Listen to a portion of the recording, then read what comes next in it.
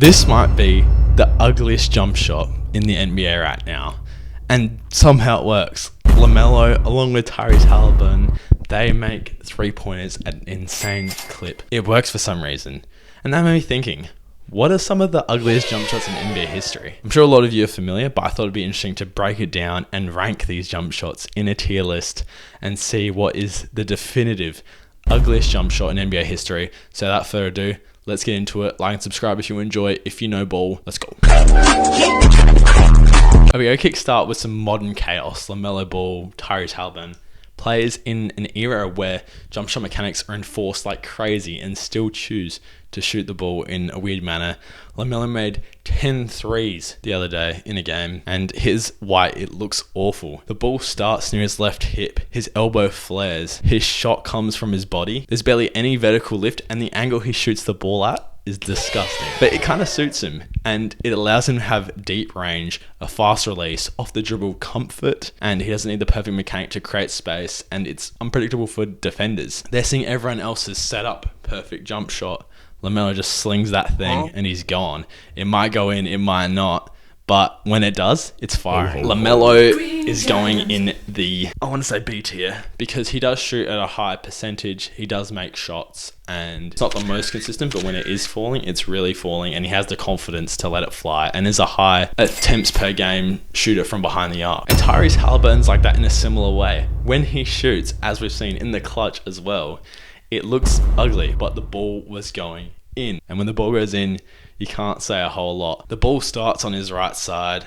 His elbow's out. It's almost a push with very little arc. We've seen in clutch moment time and time again, there's a high catch and shoot efficiency.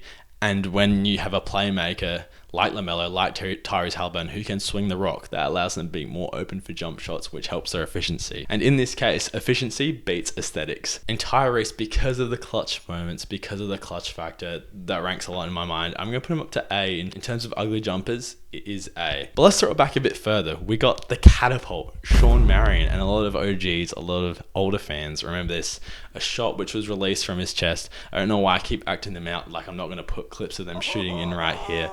There's zero dip, push shot, and he looked like he was passing the ball to the rim. But it was surprising because he shot 37% and above from three in multiple seasons. It was quick and it was unblockable because it was so weird. Like I was saying, defenders can't adapt to these weird jump shots. So you watching, if you've got a weird jump shot, just use it to your advantage, I guess.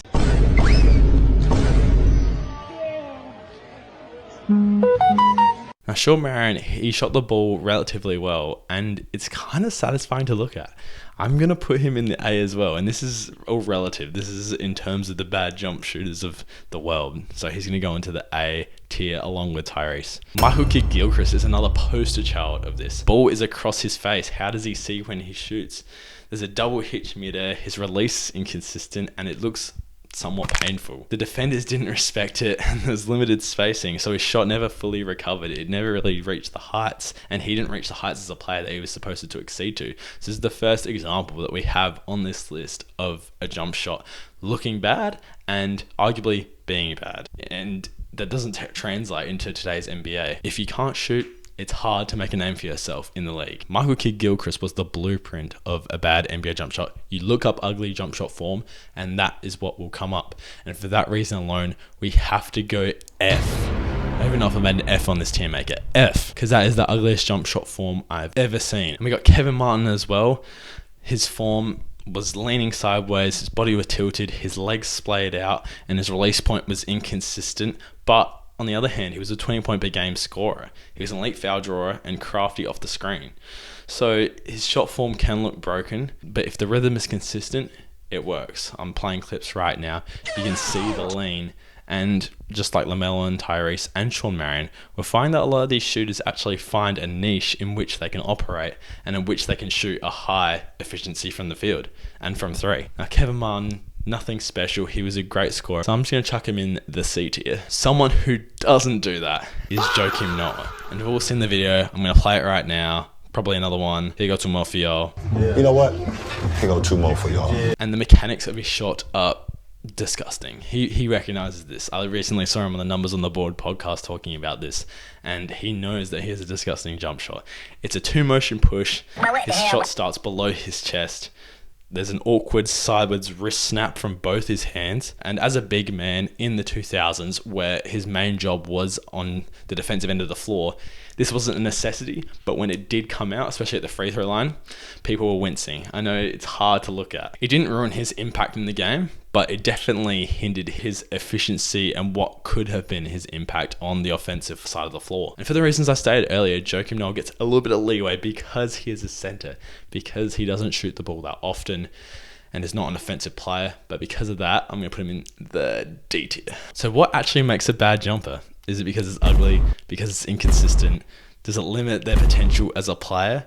Or does it just look weird? So whose jumper is truly in hell? And who did I miss? Let me know down below. Like and subscribe if you enjoyed. And if you know ball,